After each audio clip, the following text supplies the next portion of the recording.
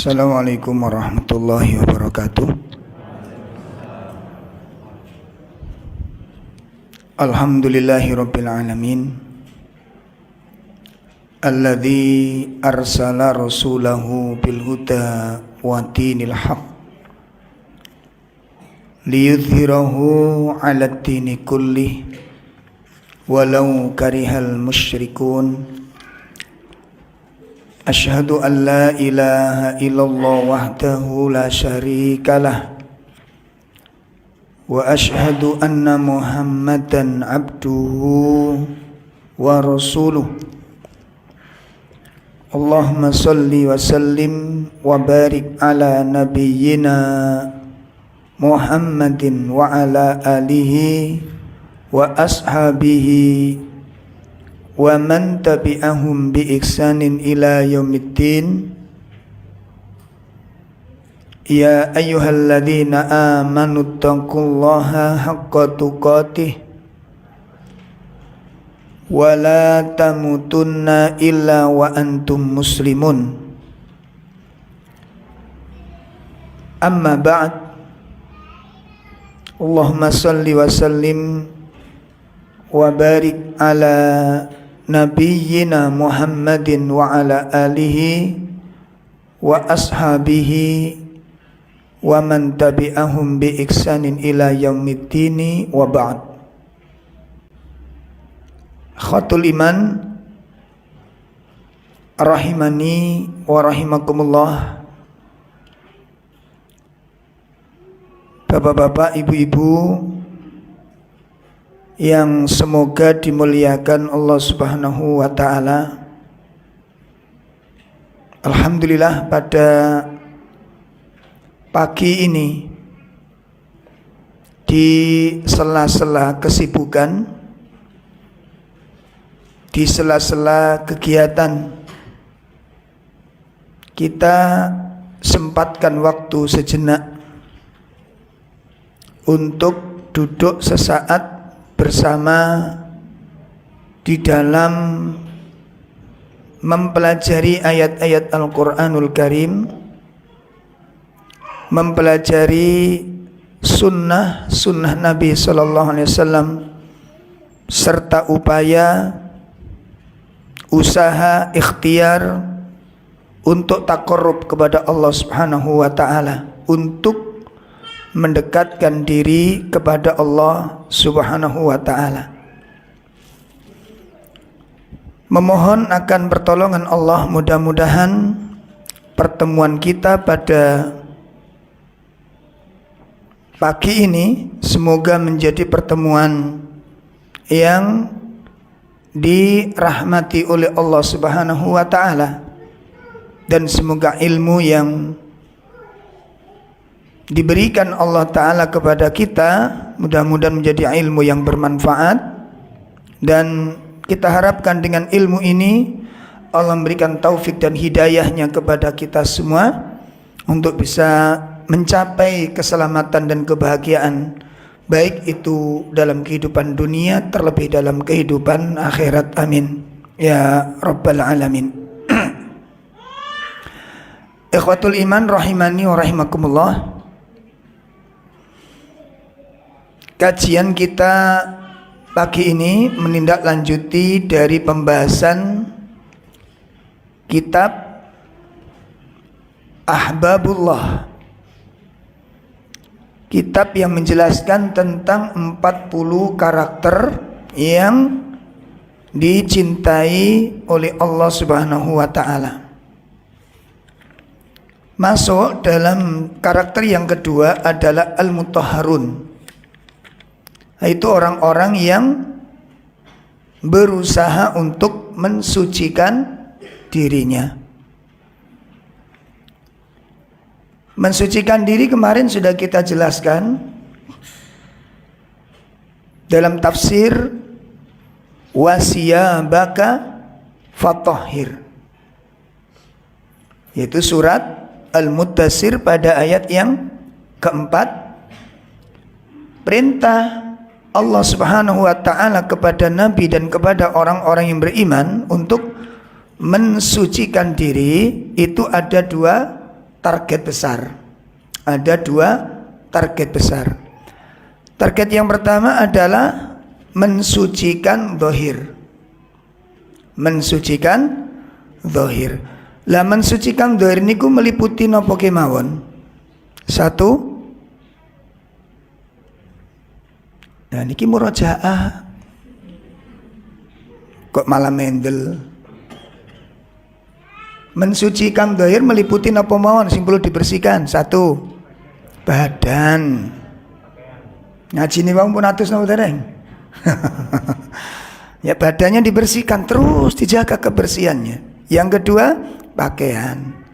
Yang ketiga, tempat tinggal. Yang keempat, ibu-ibu, bapak-bapak kalau di rumah bantu bersih-bersih mboten? Jawab aja nggak apa-apa, nggak kelihatan jenengan. Jawab aja nggak apa-apa. Oh bantu sebagian ya. Sebagian besar nganggur. Ya, bersih-bersih ya, rumahnya dibersihkan, lingkungannya dibersihkan. Kemudian target kebersihannya apa saja yang harus dibersihkan? 1, dari kotoran. Yang kedua dari najis. Yang ketiga dari hadas. Ya, agak maju dikit Pak. Sing rumangsa ngarepe longgar maju. Ini hari kemerdekaan soalnya. Jadi banyak yang hadir.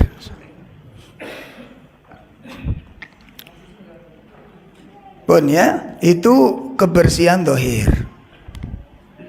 Adapun kebersihan batin itu membersihkan diri dari beberapa persoalan menyangkut dalam masalah akidah dan ibadah serta muamalah. Ya, jadi kebersihan ini meliputi, kebersihan batin ini meliputi apa? Akidah, ibadah dan muamalah. Membersihkan diri dari akidah, dari kolbu, dari hati ini meliputi akidah, ibadah dan muamalah.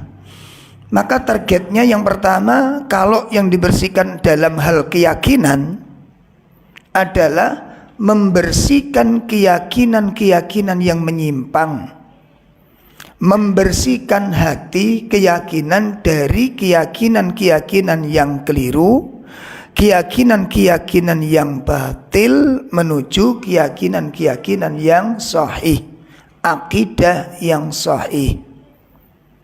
Itu dibersihkan. Ya. Makanya sahabat Abu Bakar radhiyallahu an ketika menafsirkan surat 26 ayat 88 dan 89, kita simak tafsir surat 26 ayat apa? 6.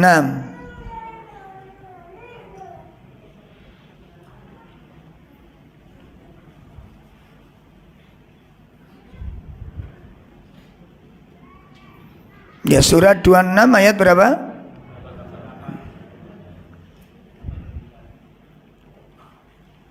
88 sampai 89.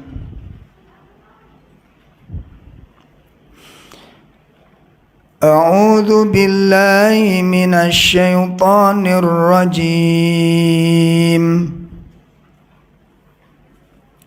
Yauma la yanfa'u malun wa la banun illa man atallaha biqalbin salim.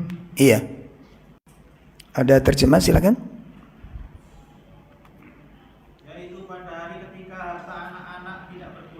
Kecuali orang-orang yang menghadap Allah dengan hati yang bersih. Nah, ya. Di mana pada hari harta dan anak-anak tidak berguna. kecuali orang-orang yang datang kepada Allah dengan membawa hati yang bersih. Qalbun salim. Ini. Apa yang dimaksud dengan qalbun salim?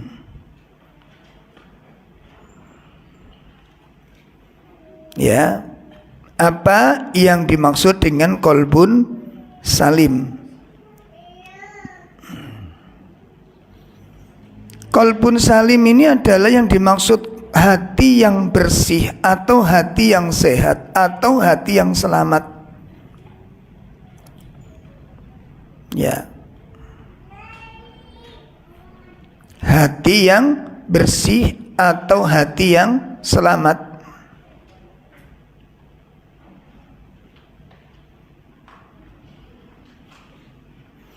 Itu memiliki beberapa makna sebagaimana dijelaskan oleh para ulama.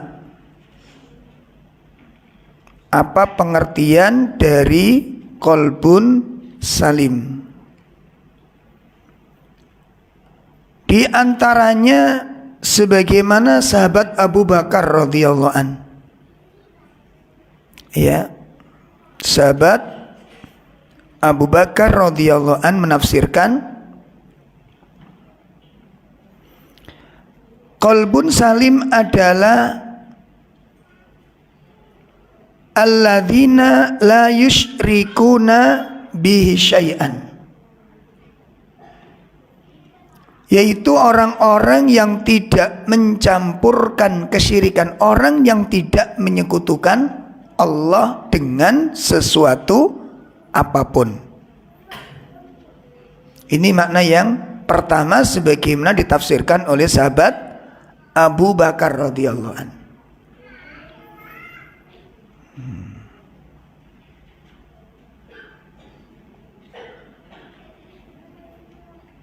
Ya.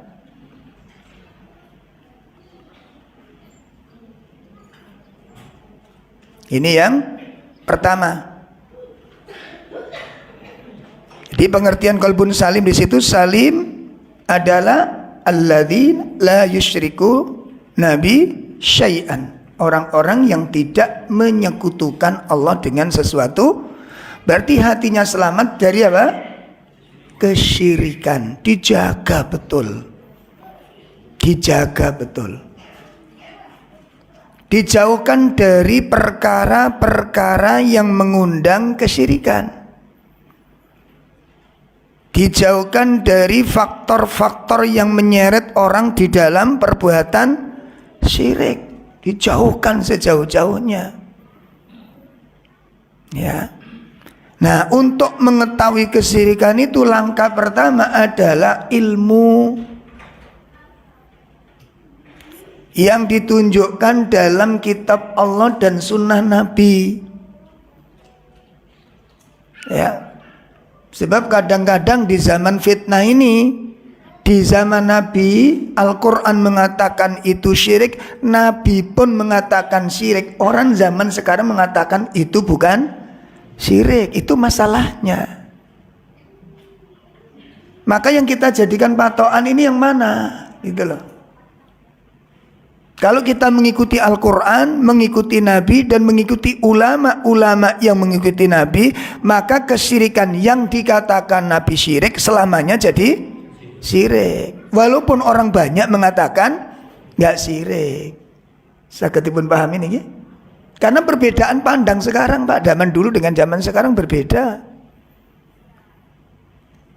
Maka di sini dengan ilmu kita bedakan ini syirik apa enggak. Ilmu yang kita jadikan patokan. Yang dimaksud ilmu itu dalil dari Al-Quran dan sunnah dan ulama-ulama sunnah. Ulama 4, enggak ada perbedaan dalam masalah akidah itu. Kemarin ada yang sempat ceramah itu di YouTube, saya sempat nyimak. Imam 4 itu membolehkan jimat. Itu enggak tua brusus tadi. Kadzab dia, bohong dia, dusta dia. Coba kitab yang mana ulama 4 itu membolehkan apa? Bikin jimat itu. Ada yang datang. Oh, okay. Agak maju, Pak, agak maju nih. Niki di tempat ini. Ini banyak yang datang nggak muat nanti. Maju aja maju, sing ketok nggone rada napa? Nggih. Maju mas, ayo mas. Nggih. Sing sepuh-sepuh lho gak senden lho. Syekhnya ini mboten senden, gak sungkan sampean.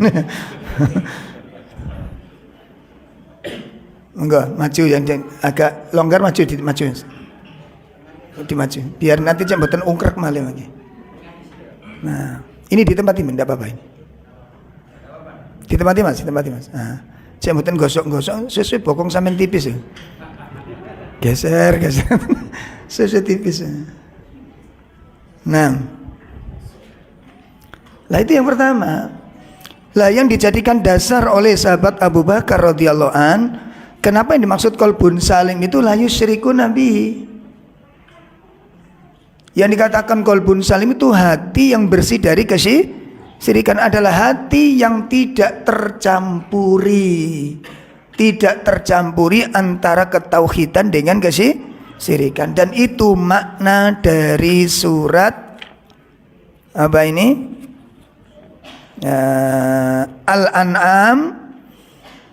Al-An'am ayat 82. Itu dalilnya di sana.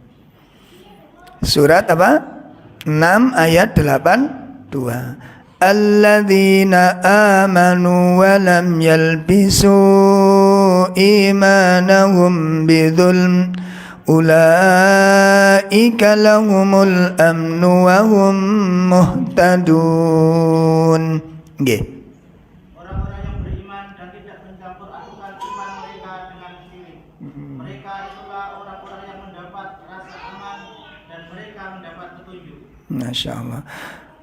Orang-orang yang beriman, perhatikan, dan tidak mencampurkan iman mereka itu dengan kesyirikan. Nah ini tidak dicampur, iman kepada Allah iya, iman kepada selain Allah juga iya. Ini jangan sampai. Makanya harus betul-betul dipelajari secara istimror. Istimror niku berkesinambungan, Pak. Ngapunten sangat. Saya ngelihat jamaah kita, teman-teman kita ini menawi saged ngaji niku sing ajeg. Ajeg itu satu misal di majelis itu membahas satu kitab khut akidat, satu itu kitab dasar atau kitab salah satu usul. Usahakan istiqomah di kitab itu sampai selesai. Dan kalau jenengan tidak hadir, nanya kepada teman yang hadir. Biasanya ngoten mboten? Halo? Biasanya ngoten nek gak teko terus takon, wingi sing dibahas apa rek ngoten? Ndak. Ya itu hebatnya jenengan. Kelangan ilmu niku gak rumangsa kelangan niku masalahe ngoten lho. Akhirnya kitab itu pedot-pedot, kitab tauhid niku gak sing nyambung. Itu jangan sampai. Makanya kudu dipelajari sing saestu. Cek nyambung terus. Karena bab tauhid ini bab yang paling penting dalam agama. Dan akidah itu pondasi dasar agama kita ini. Salat kita, haji kita, kurban kita, sedekah kita, kebaikan kita itu bisa hancur apabila akidahnya rusak. Jadi nggak boleh main-main dalam masalah akidah. Pokoknya perjimatan nopo dibuang. Niki anu ya Ustaz, tulisannya duki Quran. Kok gak nggo Qur'ane ae sampean? Luwih lengkap malahan. Dikuwede dibuntel kain ngene ya. Kayak kalung. Seger setane wedi tenan kuwi. Sopo sing gawe ngono ku sinten? Engko paling-paling niku sampean buka tenanan, sampean buka nggo tulisan alif paling-paling tulisannya diprotoli niku. Itu ilmu mujarobat niku. Nah kula semerap soalnya kula umur 15 niku wis nggawe jimat. Wong saya latar belakangnya itu dari mereka, Pak. Tahu persis saya insyaallah. Dan ini subhat yang dicantum, ini dari Quran. Kalau kita mengingkari ini berarti kita mengingkarkan itu, dalil yang dibuat untuk membingungkan kita. Kalau memang benar itu diambil dari Quran untuk sesuatu, katakan untuk kekebalan, katakan untuk penglarisan, katakan untuk pengasihan. Kenapa Nabi tidak membuat jimat-jimat itu agar orang kafir itu belas kasih kepada Nabi? Kenapa Nabi tidak membuat? Dan kenapa para ulama tidak menjelaskan kitab itu di dalam masalah akidah? Ini masalah akidah soalnya. Jelas ya? Nah, itu adalah buatan-buatan mereka yang kemudian dinisbatkan ini benteng-benteng Islami, diambil dari potongan-potongan Al-Quran. Dan itu tidak benar, maka jauhilah. Pun ini yang pertama, makna qalbun salim, ya, sebagaimana dijelaskan oleh sahabat Abu Bakar radhiyallahu anhu. Pun yang pertama, selamatnya hati dari apa? Kesyirikan. Yang kedua, makna qalbun salim itu adalah salim min sifatil madhmumah. Ya, bersih dari sifat-sifat yang tercela. Ya, bersih dari atau selamat dari sifat-sifat yang tercela. Selamat dari sifat-sifat yang tercela. Maka kenalilah sifat-sifat yang tercela itu apa saja. Di antara sifat-sifat yang paling berbahaya dari sifat-sifat buruk manusia yang sangat berpotensi tumbuh dalam hati kita ini, yang pertama adalah sifatul kibr, sifat kesombongan. Bersihkan, ya, dari segala kesombongan apapun bentuk faktornya. Ini harus berjuang, harus ikhtiar, harus berusaha dibersihkan hatinya itu dari faktor-faktor kesombongan, dari kecongkaan. Bersihkan. Nah, adapun pintu-pintunya, rumangsa luweh memiliki kelebihan, merasa punya kelebihan, itu pintunya. Kenali pintunya. Apa pintu kesombongan? Merasa punya kelebihan. Apakah itu harta, apakah itu ilmu, apakah itu ibadah, atau masalah-masalah dunia yang bisa ditonjolkan. Ini pintunya, maka tutuplah pintu itu. Ya. Lalu bagaimana supaya kita selamat dari kesombongan ini? Ya.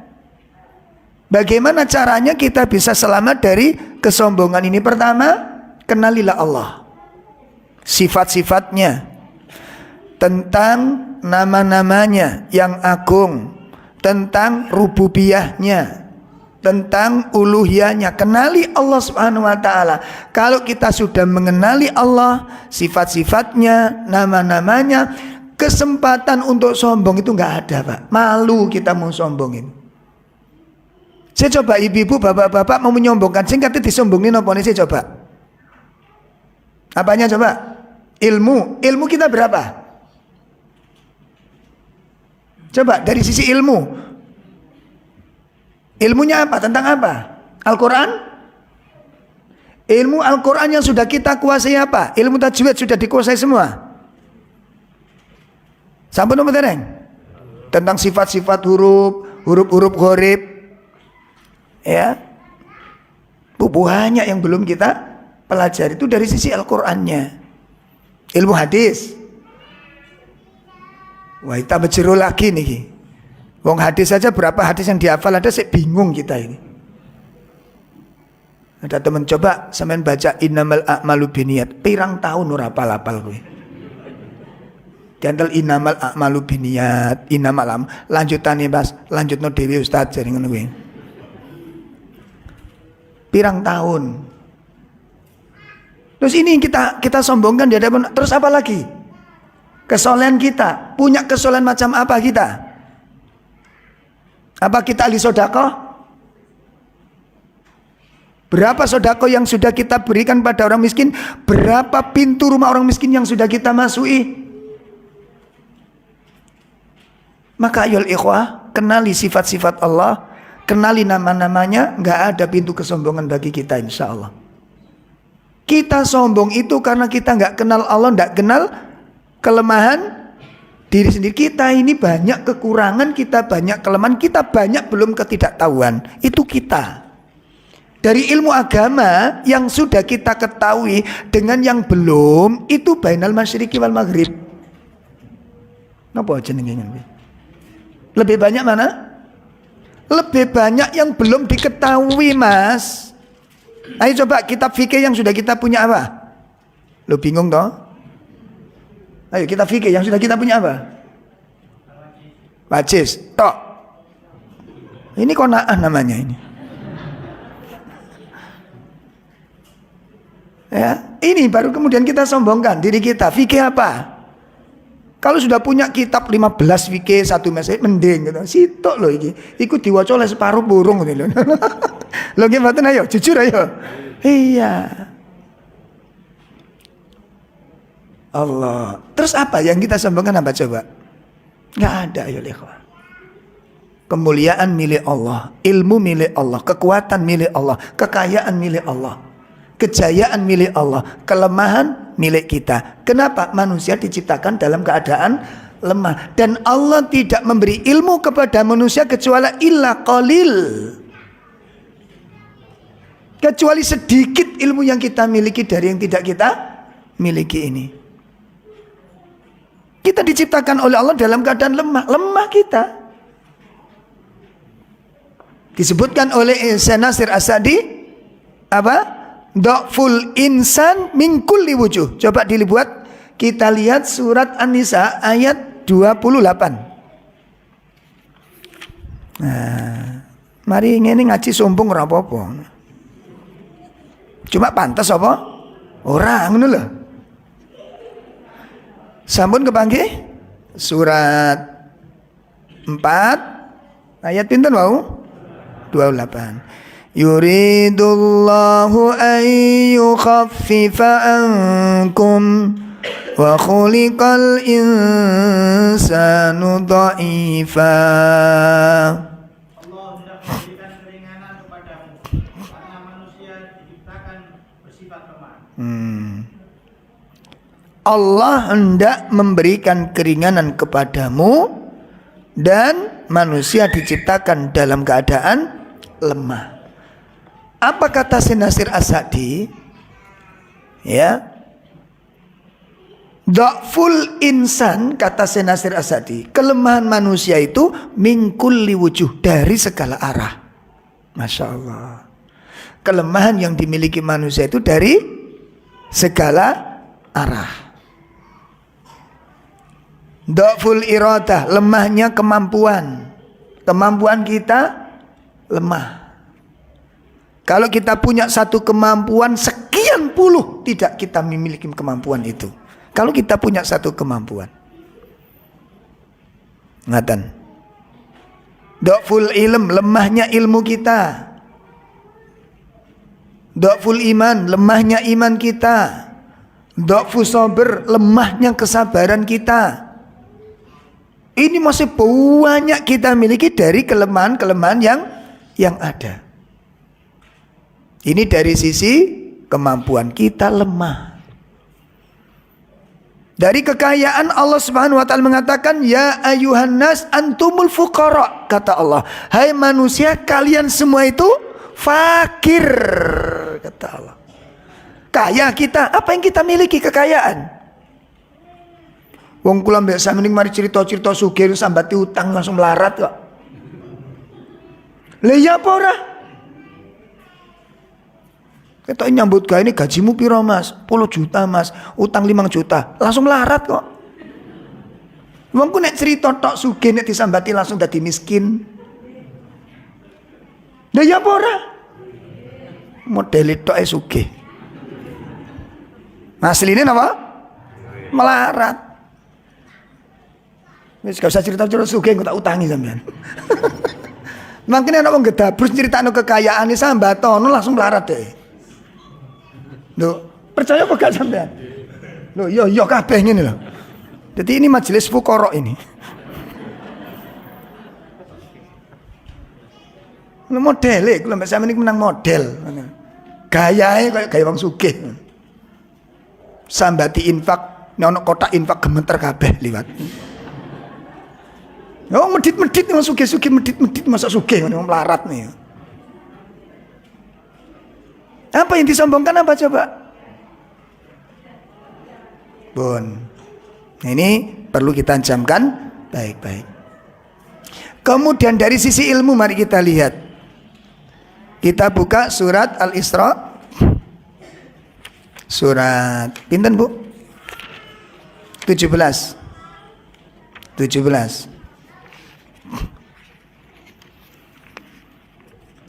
Surat Al-Isra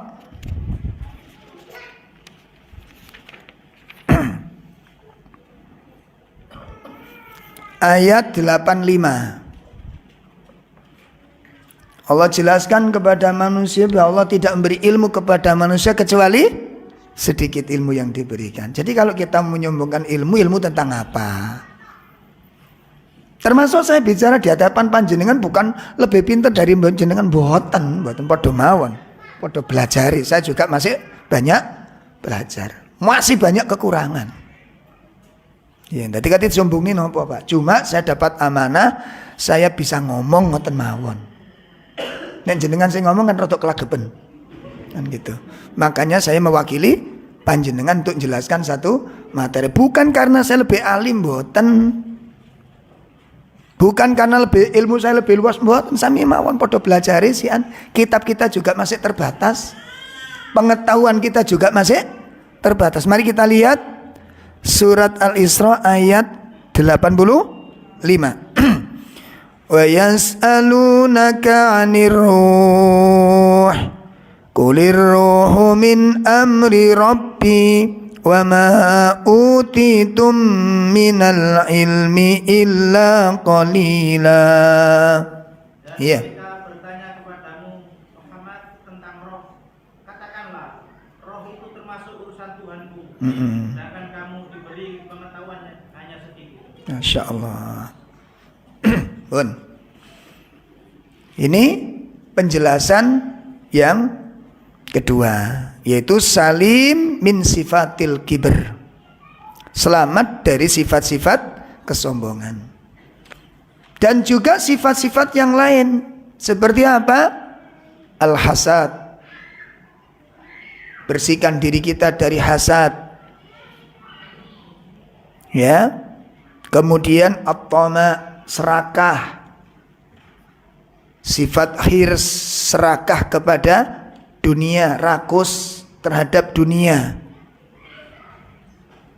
Itu termasuk sifat-sifat yang tercela. Kemudian apalagi minan nifak, dari sifat-sifat kemunafikan. Ini lebih halus lagi Pak. Dan kita wajib mengenali tentang sifat-sifat nifak itu. Kemudian apalagi? Oh, bu yang suka selfie, hati-hati dikurangi. Wong wajah ya kapate ayo di selfie no balik ini. Dan kalau Anda cantik bener, kalau diselfiekan dikenalkan orang lain, apa enggak nanti fitnah, ngono lho. Sudah kurangi sih kebiasaan-kebiasaan yang tidak baik itu dikurangi. Itu tidak baik, Bu. Jadi kan balik-balik mejeng ning ngene kamera niku gak bosen toh. Ada apa enggak begitu? Hah?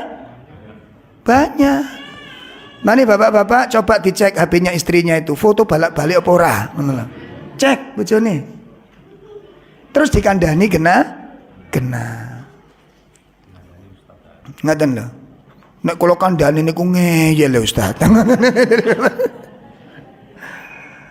Alah iya bu sampean foto nu gak bosen ta ngene. Sing dipoto ya wis iku wae wajahe. Udah tinggalkan, kenapa? Karena nanti menyeret kepada sifat-sifat yang tidak baik. Ini termasuk sifat ar-radha'il, termasuk sifat-sifat yang tercela. Tinggalkan. Ya, tinggalkan. Karena ini mengerikan, hasilnya nanti mengerikan, Ibu. Ya? Tuh. Kemudian apa di antara sifat curang?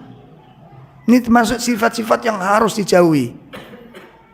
Terutama 3 sifat yang paling mendasar yang harus kita mati-matian membersihkan. 1 dari kesombongan, 2 dari sifat hasad, 3 dari sifat tamak. Terutama 3 sifat ini wajib dibersihkan sebersih-bersihnya. Kenapa? 3 sifat ini merupakan sumber semua dosa. Ya, 3 sifat tercela ini merupakan sumber dari segala dosa. Kesombongan, tamak, hasad. Ini 3 dosa pemula, Pak. Sebelum ada maksiat-maksiat yang lain, 3 dosa ini yang mengawali manusia berbuat dosa. 1 sombong, pelakunya iblis. Makanya dia tolak kebenaran karena kesombongan. Yang kedua rakus. Dilakukan oleh Nabi Adam, gak puas dengan rezeki yang diberikan Allah, akhirnya memakan pohon yang terlarang karena gak puas dengan pemberian Allah. Akhirnya dia pun diusir dari surga. Itu gara-gara tamak. Yang ketiga hasad, terjadinya pembunuhan pertama kali, pertumpahan pertama kali terjadi, pertumpahan darah pertama kali. Dan itu belum banyak orang, hasad sudah muncul. Lu apalagi banyak manusia begini. Bersihkan ini 3 dosa pemula sebelum dosa-dosa yang lain terjadi. Ini harus kita bersihkan dari perkara-perkara tersebut. Kemudian apa lagi? Salimu minasyahwat. Ya, dibersihkan dari apa? Syahwat. Nah, kecondongan kepada hal-hal yang menyenangkan itu dikendalikan, Pak, dikendalikan. Ya, dikendalikan. Hidup kuliner dikendalikan. Bukan tidak boleh, tapi gak bendino nang warung niku. Kecuali kalau ibu-ibu gak punya kompor.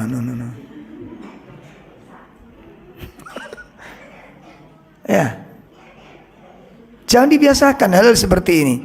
Kemudian apa? Al-bukhl, sifat kikir. Ini sifat-sifat tercela dan efeknya itu luas soalnya, Pak. Yang kami sebutkan tadi, itu sifat-sifat tercela yang efek sampingnya itu sangat luas, kerusakannya itu. Efek sampingnya sangat luas. Lah ini yang dimaksud dengan qalbun salim. Kemudian apa lagi? Salim minasyubuhat. Bersih dari subhat, kerancuan di dalam memahami agama. Kerancuan di dalam memahami agama. Nah, sehingga pada puncaknya, nah ada puncak kebersihan hati itu meliputi 5 hal. Puncak dari kebersihan hati itu meliputi 5 hal. Yang pertama adalah salimu minasyirik diddu at-tauhid. Ini puncak kebersihannya itu pada 5 hal ini. Ini intinya di sana. Ya, yang pertama apa? Selamat dari kesyirikan, lawan dari tauhid. Yang pertama. Yang kedua adalah salimu minal bid'ah diddu bis sunnah, lawan daripada sunnah. Dibersihkan lagi hal-hal yang kurang pas, ibadah-ibadah yang enggak disyariatkan enggak usah dilakukan. Wong nglakoni sing wis disyariatno niku lho Pak, wis kuwalan jenengan kali niku. Lho nggih mboten? Ayo kepingin salat sunah apa sampean, ayo. Sampeyan luwakoni kabeh wis masyaallah jenengan, luar biasa, sudah sibuk kita. Wong sing disunahno iku gak kabeh dilakoni kok gawe maneh sampeyan kuwi lho. tek gawe dhewe terus pahalane disiapno dhewe. Jane sampeyan iki sapa to? Anane ta, gawe dhewe terus pahalane napa? Disiapno dhewe terus sampeyan iki sapa sejatine? Ngono lho. Kok iso gawe dhewe terus pahalane disiap-siapno dhewe, keutamaane disiapno dhewe. Niku piye iki ngono lho. Kalau ada riwayatnya, kalau itu agama pasti ada riwayat. Makanya Imam Asy-Syafi'i mengatakan apa? Al-isnadu huwad-din. Sanad itu merupakan bagian dari agama. Sanad itu merupakan bagian dari agama. Itu perkataan Imam Asy-Syafi'i. Kenapa kok dikatakan demikian? Sebab kalau agama nggak pakai sanad, semua orang nanti pakai hadis sendiri-sendiri, Pak. Ayo, saya punya potensi buat hadis, riwayat hadis. Pokoknya ono Mas percaya apa gak percaya ono. Aku ingin nemu ning kebon kuwi hadis iki. Kan nggak ada sanad, soalnya siapa yang nggak bisa membuat nanti? Dan ini banyak sekarang, ya, dalil-dalil yang tidak jelas asal usulnya, dibuat-buatkan, dimasukkan, dipaksa-paksa untuk diterima dan diakui sebagai agama. Itu sekarang marat-marit sekali. Ya, na'udzubillah min syarri dzalik. Na'udzubillah min syarri dzalik. Pun ya, jadi yang kedua intinya apa? Salimu minal bid'ah dziddu bisunnah. Kemudian yang ketiga adalah salimu minas syahwat. Ini kesimpulan akhir dari qalbun salim ini. Dari qalbun, yaitu bersih atau selamat dari syahwat. Ikhtilaful amr, syahwat yang menyelisihi perintah. Syahwat yang menyelisihi perintah. Nah ini yang ketiga. Yang keempat, salimu minal ghaflah. Ya, selamat dari kelalaian. Jangan sampai kita menjadi orang yang lengah, yang lalai. Sehingga ciri-ciri orang lalai itu menghabiskan waktu-waktunya tidak ada manfaatnya. Awas. Yang terlena dengan waktu-waktu, digunakan dengan sesuatu yang gak ada manfaatnya. Ibu-ibu yang ashabus sinetron, ya, tinggalkan, kurangi, perangi hati Anda. Itu gak menyelamatkan kita, menjadi kita orang-orang lalai. Masuk dunia-dunia buatan, cerita-cerita fiktif, kisah-kisah fiktif, persoalan-persoalan fiktif yang dibuat-buat manusia, dihadirkan, lalu jenengan nangis. Mereka nangis, jenengan nangis. Mereka nangis dulinan, jenengan nangisin tenanan. Jadi sama niku pinter apa piye to? Lho nggih mboten? Itu banyak istri-istri kita itu nangisi sinetron. Nangisnya itu dulinan wong dikongkon sutradarae kok. Lah sampai nangisnya tenanan, lah gak genah ta sampean kuwi. Iki makanya sakit jiwanya ibu-ibu nanti. Ayo teruskan kalau nggak perlu, sakit jiwa jenengan. Lah wong sing sampean tangisi ku lho bolone. Apa watu tuh karena iku dulinan. Dulinan apa mboten, Bu? Jenengan sadar nggak sih? Sinetron itu dulinan iku jenengan sadar mboten? Mboten. Masya Allah. Gemes saya ngelihat ini. Nah ini kan mainan. Dan Mbak, saya pernah Pak beli pangsit itu. Tak panggil nggak ada orangnya. Ini ada apa namanya? Sinetron di situ nyala itu. Film Korea atau apa itu? Pangsit Bu, nggak ada. Pangsit. Ternyata di bawah meja orangnya ini. Nopo Mas Ndase, lu kaget. Nangis, lu kira nopo Bu, ngapunten.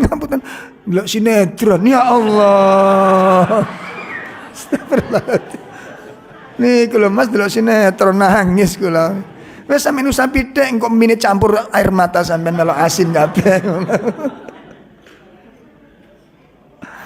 Allah, kayak begini wanita-wanita. Makanya kacau akhirnya umat Islam dikongkon ngene nganut kayak ngene kayak pemahaman ngene karena jiwanya kosong dengan ilmu. Karena ditimpa oleh lah ini tugas panjenengan kali kula Pak saniki ngajaki teman-teman supaya mau ngaji. Ajak teman-teman yang tidak ngaji itu supaya mau ngaji. Ini obat kelalaian. Nggak ada lain kecuali ilmu, nggak ada lain kecuali nasihat. Obat paling mujarab, nasihat sudah. Makanya ajak teman-teman kerja, teman-teman kantor, teman-teman kuliah, ya. Ajak dengan cara yang baik supaya mau belajar. Ini penyakit yang mengerikan. Kata saya Sudes, ini penyakit yang banyak memakan korban. Hari ini, terutama hari ini, itu banyak kelalaian, Pak. Ya, Masya Allah, ditimpa kelalaian, bermain-main terus dalam kehidupan dunia, sedangkan kematian sedang menanti. Ya, kalau diajak kebaikan nanti, besok terus sampai kematian tiba. Sudah ya? Ini yang keberapa? Yang keempat.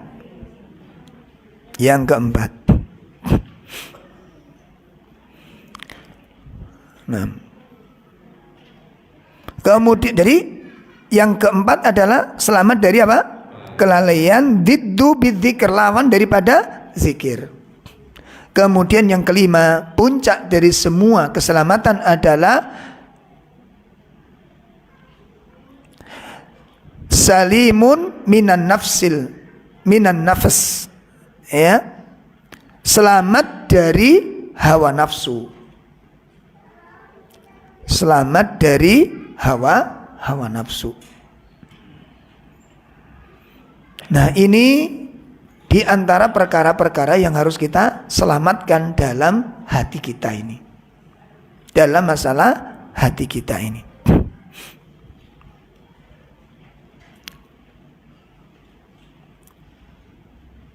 Nah, adapun di antara tanda-tanda qalbun salim. Apa tanda-tanda hati yang selamat?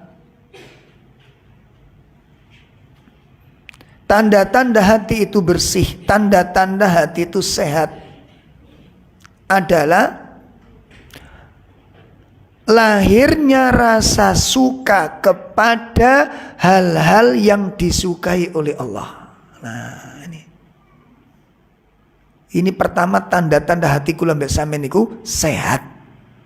Tanda-tanda hati kita selamat adalah hati kita menyukai, hati kita senang kepada perkara-perkara yang disukai oleh Allah. Nih, coba dievaluasi sekarang. Apa hati kita sudah benar condong ke sana? Jadi kalau ada hal-hal yang dicintai Allah, ada hal-hal yang dicintai oleh Nabi, hati kita pun segera bergerak untuk mencintainya dan melakukan amal tersebut. Maka kalau iya, ini merupakan tanda-tanda bahwa hati kita itu sehat. Ini yang pertama. Yang kedua, di antara tanda-tanda hati yang selamat, di antara tanda-tanda qalbun salim adalah hati itu menggerakkan pemiliknya. Hati itu menggerakkan pemiliknya agar senantiasa kembali kepada Allah dan bergantung kepada Allah. Taubat, selalu taubat. Ya, inabah, ar-ruju. Ya, kembali kepada Allah, kembali kepada jalannya, beristighfar kepadanya, bertaubat kepadanya dan bergantung kepadanya. Ini. Maka coba kita lihat apakah kita termasuk orang-orang yang sangat mencintai taubat, mencintai istighfar. Lalu mengikuti jalan orang-orang yang bertaubat kepada Allah, kembali kepada Allah. Ar-ruju minal maksiat ila ta'ah, kembali dari maksiat menuju ketaatan. Begitu kita tahu, oh ini salah, segera istighfar. Begitu sadar, oh ini keliru, segera istighfar. Itu sifat orang-orang yang bertakwa. Itu sifat orang-orang yang bertakwa. Walladzina idza fa'alu, sebagaimana Allah sebutkan di dalam surat Al-Imran ayat 135. Surat Al-Imran 100 berapa? 35. Ketika Allah sebutkan sifat-sifat orang-orang yang bertakwa kepada Allah, hati yang bersih, ya, qalbun salim adalah walladzina idza fa'alu fahishatan aw zalamu أنفسهم ذكروا الله فاستغفروا لذنوبهم ومن يغفر الذنوب إلا الله ولم يسروا على ما فعلوا وهم يعلمون. Dan juga orang-orang yang apabila mengerjakan perbuatan keji atau menzalimi diri sendiri, segera mengingat Allah, lalu memohon ampunan atas dosa-dosanya. Dan siapa lagi yang dapat mengampuni dosa-dosa selain Allah, dan mereka tidak meneruskan perbuatan dosa itu, sedang mereka mengetahui. Masya Allah, ini Pak. Jadi sifat-sifat orang yang hatinya sehat, tanda-tanda orang yang hatinya selamat itu apabila dia menyadari telah berbuat salah, apabila dia menyadari berbuat keliru, segera dia ingat kepada Allah, beristighfar kepada Allah, bertaubat kepada Allah Subhanahu wa taala, dan tidak melanjutkan perbuatan yang tadi dia lakukan. Itu tanda-tanda hati yang selamat. Yang keberapa? Yang ketiga. Yang kedua, hati yang selalu kembali kepada Allah, bergantung kepada Allah, beristighfar kepada Allah, dan bertaubat kepada Allah. Makanya lisan-lisan kita terus dibiasakan untuk memperbanyak istighfar kepada Allah Ta'ala. Ya, dibiasakan Ibu, panjenengan dengan saya ini hampir setiap hal itu ada kesalahan di sana. Hampir setiap hal. Masya Allah. Kemudian yang ketiga, tanda-tanda hati yang selamat adalah mulazimatu an dzikrillahi ta'ala. Hati yang tidak pernah putus dari zikir kepada Allah. Oh, gitu. Hati yang bersambung terus ada kaitannya dengan Allah Subhanahu wa taala. Hati yang tidak pernah terputus untuk zikir kepada Allah Ta'ala. Perlu saya jelaskan, makna zikir ini luas. Hanya bukan sekedar mengucapkan kalimat-kalimat tasbih, bukan hanya kalimat thayyibah, bukan hanya kalimat tahmid, bukan sekedar bacaan takbir, bukan. Ketaatan itu bagian dari zikir. Jelas? Mentaati perintah Allah, menjalankan tugas-tugas kita sebagai hamba, itu masuk dari kategori zikir. Kategori zikir. Sebagaimana disebutkan oleh Imam Sa'id Ibnu Jubair. Beliau mengatakan, hakikat zikir, apa yang dikatakan az-zikr? Az-zikr huwa ta'atullah. Apa Pak? Hakikat zikir itu adalah apa? Taat kepada Allah. Lalu beliau mengatakan, faman ata Allah faqad dzakarallah. Barang siapa yang taat kepada Allah, berarti dia sedang zikir kepada Allah. Ya. Wa man laisa yuta'a wa man lam, dan barang siapa yang tidak mentaati Allah, barang siapa yang tidak mentaati Allah, falaisa bidzakirin, dia bukan orang yang berzikir kepada Allah. Walaupun wa in aktsara tilawatil tasbih, walaupun dia banyak membaca tasbih, tapi kalau tidak mentaati perintah Allah, maka dia bukan termasuk orang yang berzikir. Maksudnya apa ini? Bukankah baca tasbih itu zikir, Ustaz? Kok nanti jenengan dikatakan, ini perkataan Imam Sa'id bin Jubair, dia mengatakan kalau orang itu bermaksiat, itu kalau dia tidak mentaati Allah, maka dia bukan orang yang berzikir walaupun dia banyak membaca tasbih. Sekarang begini, ada nggak orang suka baca tasbih tapi nggak sholat 5 waktu? Itu bukan orang yang berzikir dia. Itu yang dimaksud. Jelas ini? Ada nggak orang baca kalimat tahlil la ilaha tapi tidak sholat 5 waktu? Ada apa enggak? Tidak mempelajari Al-Quran, ada apa enggak? Banyak. Maka dia tidak disebut sebagai orang yang berzikir walaupun dia banyak baca tasbih. Karena dia meninggalkan kewajiban. Bagaimana yang wajib ditinggalkan, yang sunnah diamalkan? Gimana ini? Yang benar itu yang wajib dulu, yang wajib dilakukan dulu.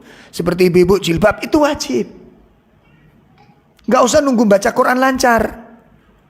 Loh saya mau jilbaban Ustaz, tapi saya baca Quran belum bisa. Ini gak urusannya dengan baca Quran, ini urusan ndas. Benar lah. Urusan ini apa? Kepala Anda ini aurat.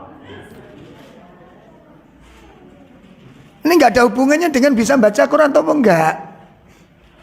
Kalau wanita itu sudah balik, kemudian berakal, sehat, wajib kepalanya ditutup. Entah jenengan pakai timba, kayak pakai panci, ya silakan. Yang penting rambutnya mboten ketinggal. Kenapa? Wajib ditutup. Ngeten loh. Baik sampean sungkan jilbaban yo helman terus. Metu helman gitu. Blonjo helman. Pakai jilbab kok angel.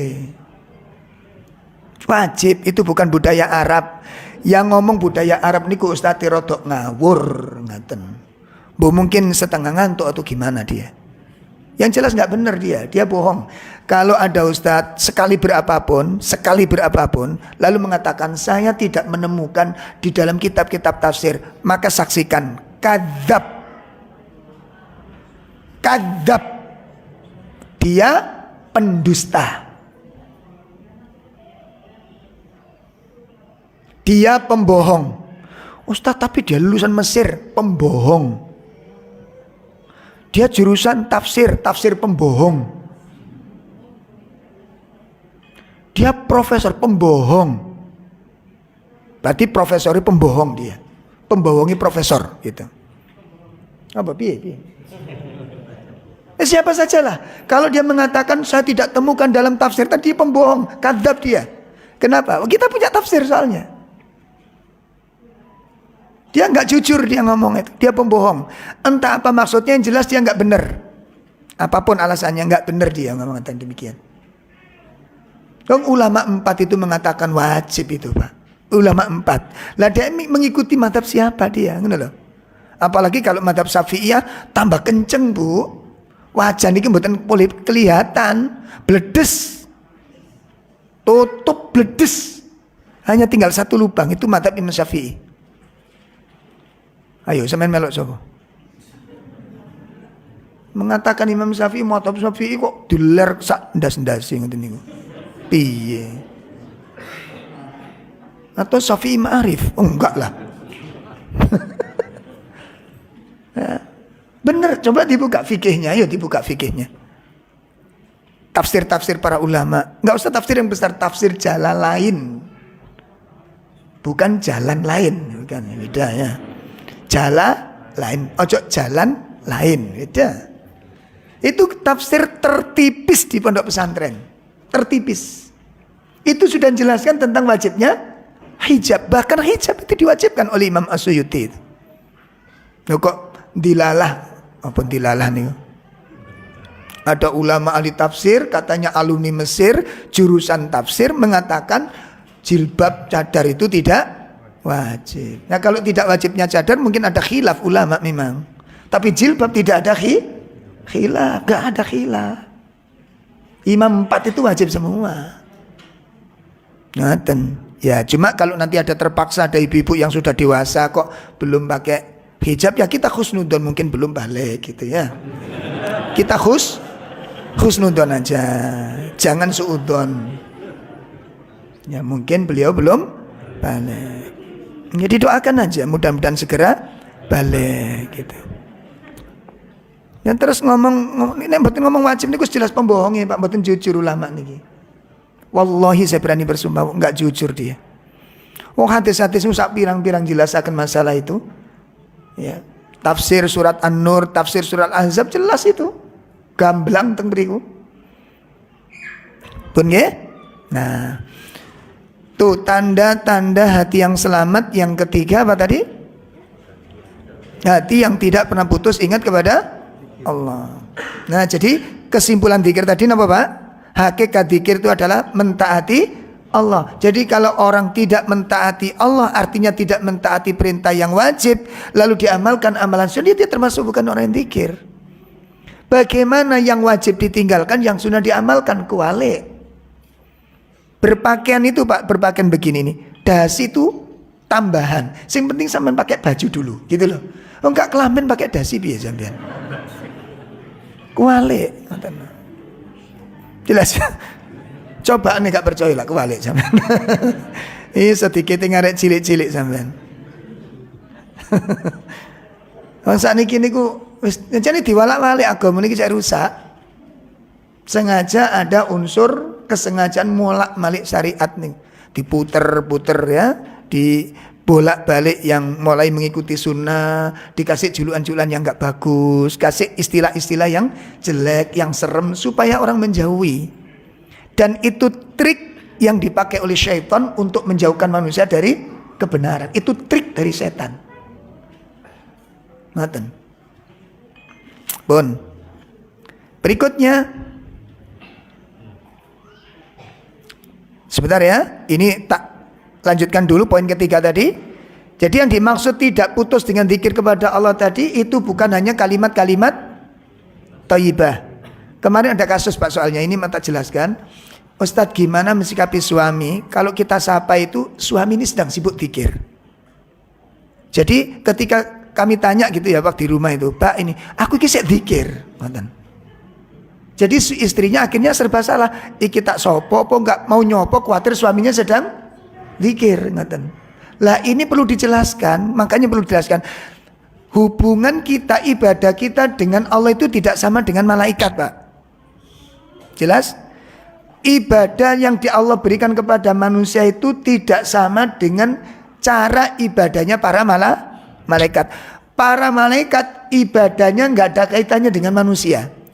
Malaikat diberikan beban ibadah itu murni langsung berhubungan kepada Allah, hanya kepada Allah dia. Nggak ada interaksinya dengan manusia. Kita tidak sama dengan para malaikat. Ibadah kita itu ada yang hubungannya dengan Allah, ada yang hubungannya dengan manusia. Seperti anak kepada orang tua, istri kepada suami, atau sebaliknya suami kepada istri. Ini ibadah yang kita lakukan. Jelas ya? Sehingga dalam hal ini ya sampean ojo dipenuhi dengan zikir terus zikir kalimat ini. Contoh ibu-ibu baca Quran terus suaminya nanya, "Dek, sampean wis masak burung? Bismillahirrahmanirrahim." Nah, ini masalah. Paham ini? Takut lisannya terputus dari zikir. Aku iki sedang zikir ya, ojo diganggu. Atau sebaliknya suami, istri lagi manggil suami ya, waktunya belanja. Terus dia baca zikir. Aku iki zikir ojo diputus. Ini rusak ibadah kalau begini modelnya nanti. Jelas ini? Makanya ada sebagian kaum muslimin yang salah mengartikan ibadah. Akhirnya apa? Sobo masjid terus. Ada apa enggak begitu?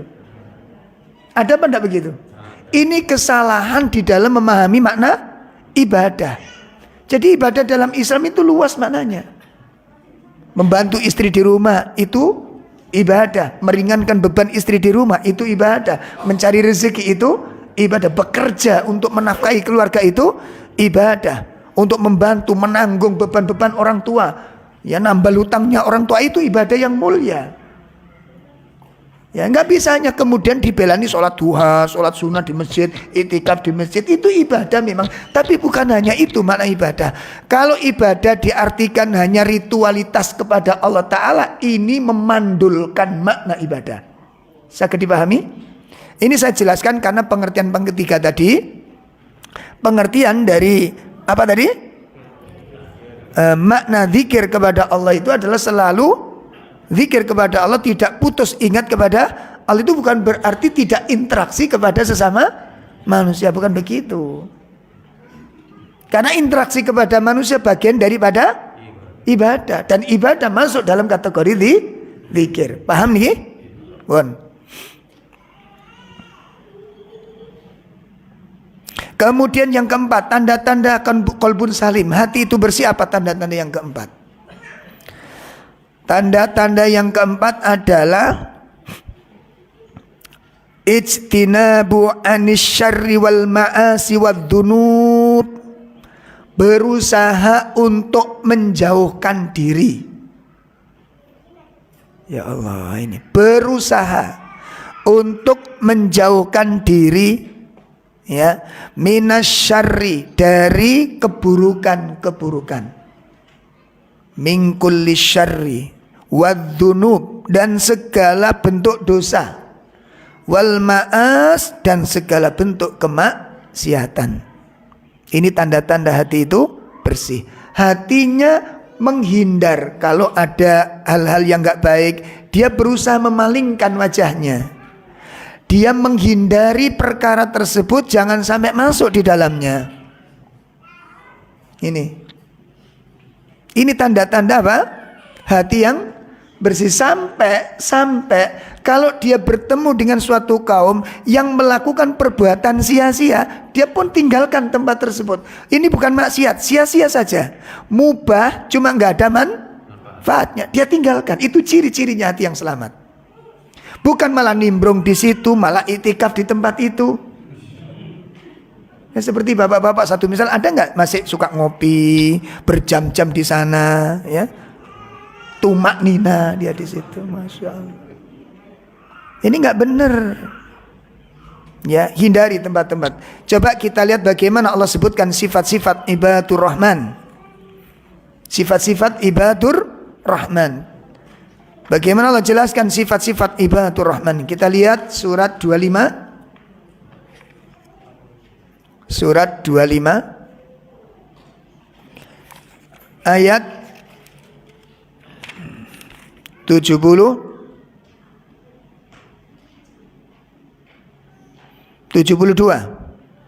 Ya, 72. Bagaimana tanda-tanda ibadur rahman, sifat-sifat ibadur rahman? Walladzina la yashhaduna az-zura wa idza marru bil lagwi marru kirama. Iya.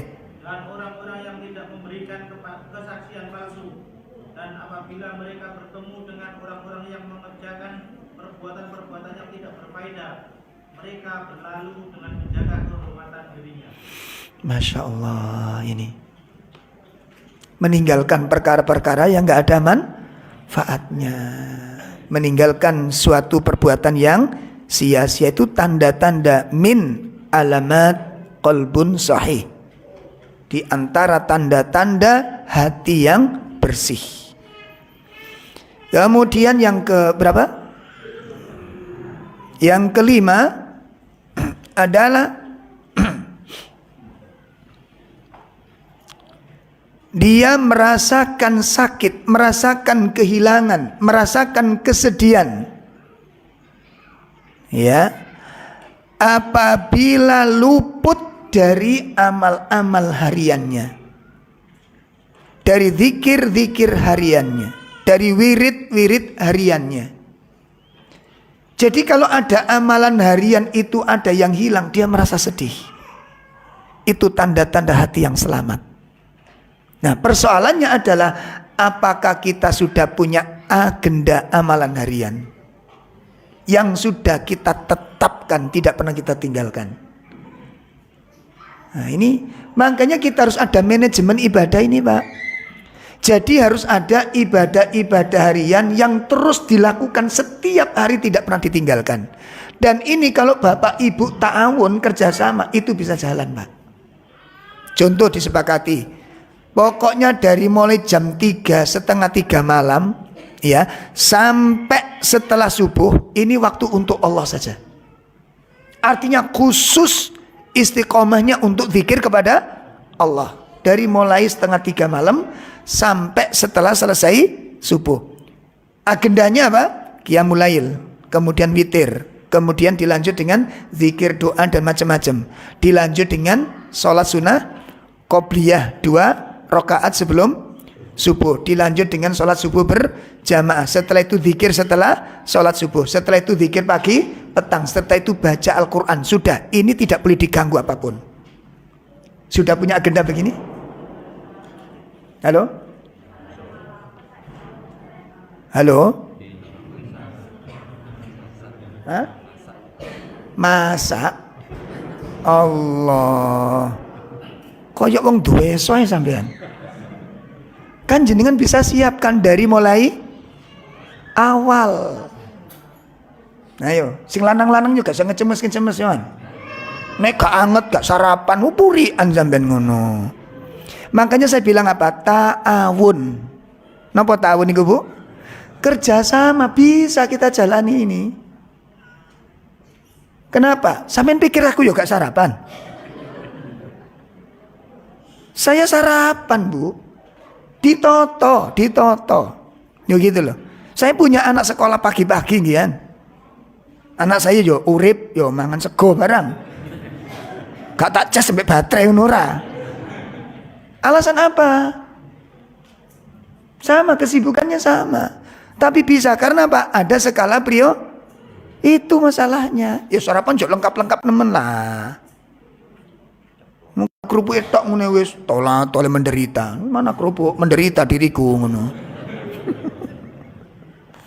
Tadi wong lanang gak usah ngecemes-ngecemes kan. Rewel-rewel wis gede ngono. Enggak, saya ngomong begini, ada tipe-tipe suami yang nek mangan iku kudu apa? Kudu lengkap. Salah. Wong jangi-gengi sing tok ae lho. Ayo mangan kaya apa? Mikir iku sing sederhana ngono lho. Wong ngapunten rada elek contone ya. Supaya apa simpel kita sederhana. Kok ciribete sampean ngono lho. Wong mangan iku sing penting iso ngising lho ngono lho. Lho lah iya toh? Lho sampean mikir ya apa sih, Rek? Mikir ya apa sih sampean iki? Yang simpel aja lah. Nanti kalau pola pikir kita sederhana begitu, maka persoalan itu jadi sederhana, mudah, Pak. Bisa itu. Terus HP engko ae pokoknya selesai salat subuh, zikir setelah subuh, kemudian zikir pagi petang, kemudian dilanjut baca Al-Qur'an. Nah, nanti baru buka HP. Wis aja buka disentuh HP khusus untuk Allah ini. Bisa enggak kira-kira? Nah, nanti kalau kita sudah rutin terus infak, pastikan infak. Walaupun cuma 1.000 2.000, punya kaleng harian di rumah. Sudah punya belum? Ayo dibuat. Suki-suki infak arang-arang piye sampean iki? Gak cocok belas sampai modele. Belas gak cocok wis. Menang penampilan. HP Cino. Modele tok suki, melarat infak melarat ngene. Piye sampean gak izin ngene penampilan ngono kuwi. Gak izin kira-kira sampean. Astagfirullah. Ngapunten kalau kasar ya, ngapunten. Nek gak ini gak sadar-sadar sampean. Piye? Kayak contoh piye ngono lho. Itu luar biasa dahsyatnya infak itu, Pak. Kita gak kepingin didoakan malaikat setiap pagi. Caranya bagaimana? Infak. Nggak usah banyak-banyak, 2.000, 5.000, 10.000, Masya Allah. Dan tidak akan miskin karena itu. Tidak akan miskin karena jatuh kemiskinan ketika infak ini. Ada ikhwan kita itu minimal 50.000 per hari, Pak. Di rumahnya itu ada 5 kaleng kalau saya lihat. Masya Allah. Padahal kerjanya nggak jelas, ya biasa-biasa gitu. Tapi luar biasa, saya terus terang kagum dengan beliau. Dan saya banyak belajar dengan beliau ini. Nggak punya mobil, bayangin. Sampai punya mobil, Masya Allah. Bani kempot kabeh. Sudah ke orang-orang.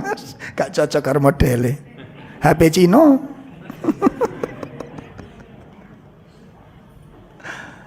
Ayo dibandani nggak kuburan sampean iku iki kok. Ngenteni apa sampean?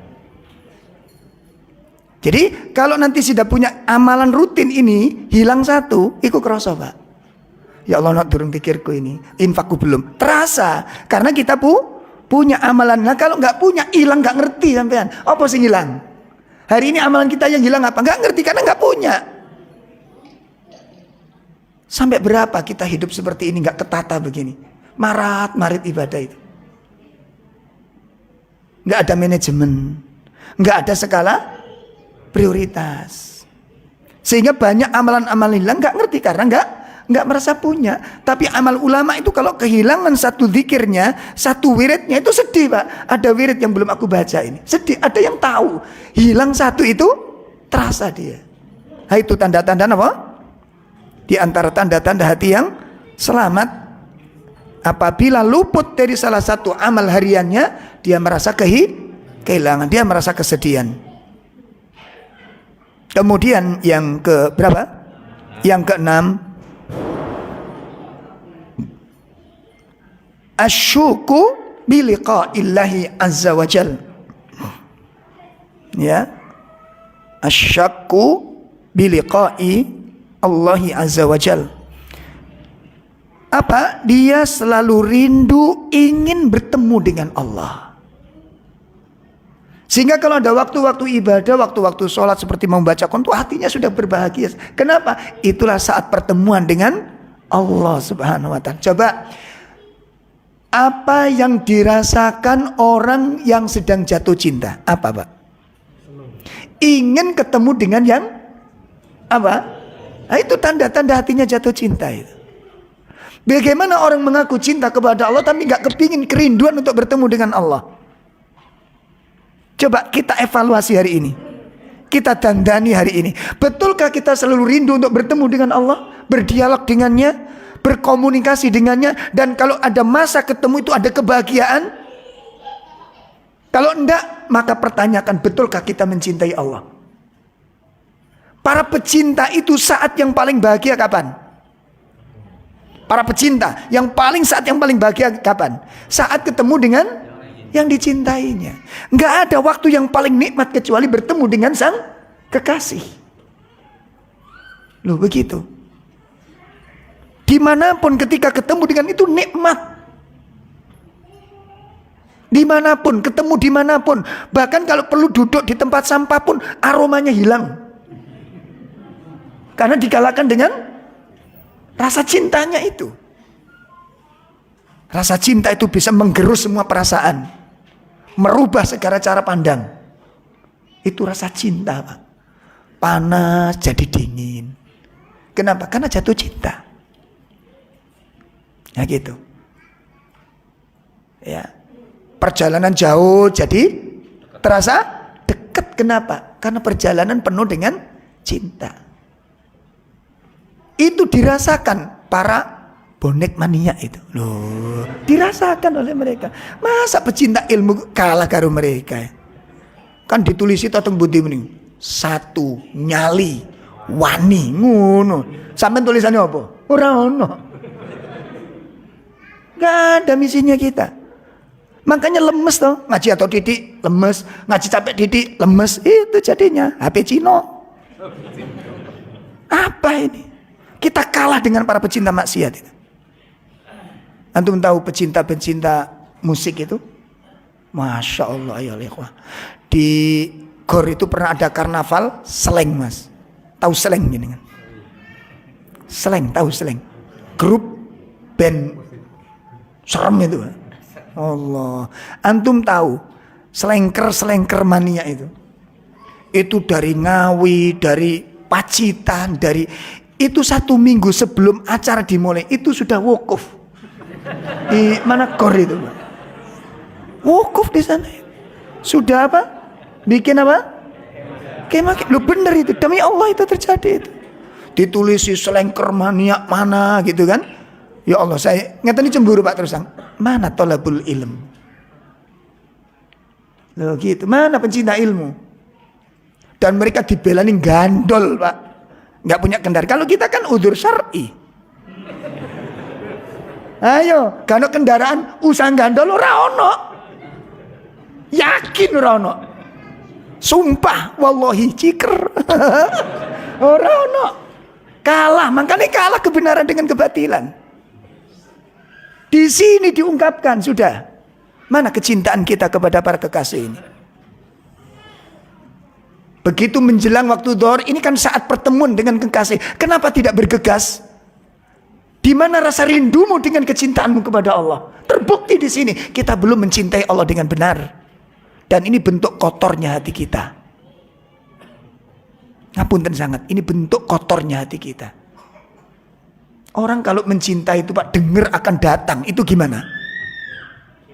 Sudah senang ada kesiapan. Mana kesiapan kita menyambut waktu zuhur, menyambut waktu asar. Masya Allah sebentar lagi tuh senang kita mau bertemu dengan Allah. Disiapkan waktunya, disiapkan badannya, disiapkan penampilannya. Disiapkan, dilatih itu. Ini tanda-tanda apa? Hati yang selamat adalah hati yang selalu rindu untuk bertemu dengan Allah Subhanahu wa ta'ala. Dan masih banyak tanda-tanda yang lain yang mungkin tidak bisa saya ungkapkan satu persatu di dalam kajian kita pada siang hari ini. Mudah-mudahan Allah Subhanahu wa ta'ala membenahi iman kita, menjaga ketakwaan kita dengan segala bentuk keterbatasan kita, Pak, ya. Harus kita akui banyak hal-hal yang kurang pada diri kita, banyak hal-hal yang salah yang harus kita perbaiki, ya. Dan kita ke depan memohon kepada Allah, berdoa kepada Allah agar keislaman dan keimanan kita senantiasa dijaga oleh Allah Subhanahu wa taala. Dan selalu mohon kepada Allah Ta'ala kan kebaikan-kebaikan kita supaya diberikan tambahan-tambahan oleh Allah Ta'ala. Seperti doa Nabi, doanya sahabat Ibnu Mas'ud. Gimana doanya sahabat Ibnu Mas'ud? Allahumma zidni ilman nafi'a wa yaqinan sahihan wa fikhan wa yaqinan wa fikhan. Itu doa sahabat Ibnu Mas'ud. Allahumma zidna ilman nafi'a wa yaqinan wa fikhan. Ya Allah, tambahkan kepadaku ilmu yang bermanfaat, tambahkan kepadaku keyakinan dan pemahaman. Sudah hafal? Gimana tadi? Allahumma zidna ilman nafi'a wa yaqinan wa fikhan. Itu doanya sahabat Ibnu Mas'ud, minta ditambahkan terus oleh Allah akan kebaikan-kebaikan ini. Mudah-mudahan apa yang kita kaji hari ini, siang ini, mudah-mudahan menjadi ilmu yang bermanfaat. Dan semoga apabila ada hal-hal yang salah dari ucapan-ucapan saya, atau mungkin menyinggung perasaan panjenengan yang gak cocok, ya saya mohon maaf yang sebesar-besarnya. Hanya sangat ingin ada perkembangan, peningkatan pada keagamaan kita dan ketaatan kita kepada Allah. Tidak bermaksud sama sekali untuk merendahkan panjenengan, tidak. Sama sekali tidak. Karena kita duduk bersama di sini adalah untuk belajar memperbaiki diri bersama-sama. Ya, mudah-mudahan ini menjadi pertemuan yang dirahmati oleh Allah Ta'ala. Dan mudah-mudahan sisa umur yang masih ada ini semoga menjadi umur yang diberkahi oleh Allah Subhanahu wa Ta'ala. Materi yang akan datang kita akan membahas tentang keutamaan hati yang selamat. Apa keistimewaannya? Ya, keistimewaan atau hadiah istimewa bagi orang-orang yang memiliki qalbun salim. InsyaAllah itu akan yang kita bahas pada pertemuan akan datang. Semoga Allah ridhai semua amal-amal kita, Allah ampuni dosa-dosa kita. Wa sallallahu ala nabiyyina Muhammad subhanakallahumma wa bihamdika asyhadu an la ilaha illa anta astaghfiruka wa atubu ilaik. Assalamualaikum warahmatullahi wabarakatuh.